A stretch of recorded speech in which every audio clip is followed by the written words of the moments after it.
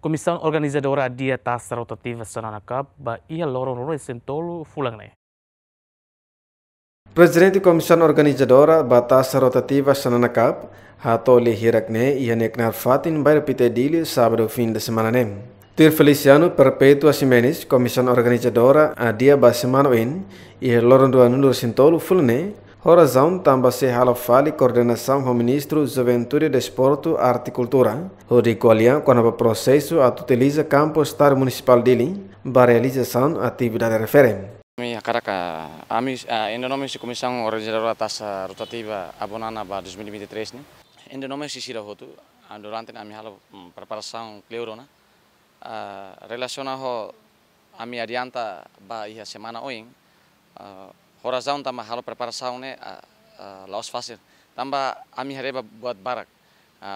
Em primeiro a minha se buka miu sansa, durante a minha halo agenda ho marcaten agenda atau hal audiência ho suslência ministro Juventude, Desporto e Articultura, mas durante ne ocupar o TV social ne missão agora, hodane se audiência ho ministro da Roma se vai a segunda, hodane para ami atau hal uso autorização vai a suslência ministro Juventude, Desporto e Articultura.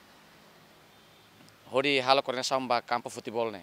Amit se utiliza estadio municipal Dili ne alternativo da campo ne bem atau permanente atau utiliza bas taça ne. Também tá reba taça ne figura da boa tebes ita merece rune atau utiliza estadio ne ba. Hori ne mak ami adia nomos. Ni hatutan jogo abertura ne se organiza na fatin tir sorteio ne be halau on antes nem.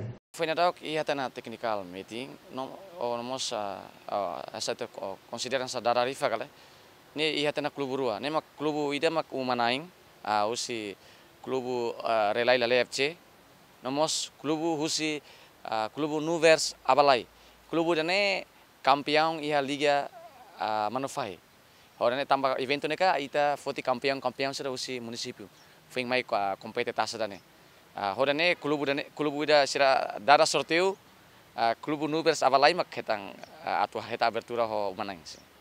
Entretanto, a zona se participa o clube Hamutu Cruanulo Racingualo. David Gonçalves, Leopoldino de Carvalho, Chemen.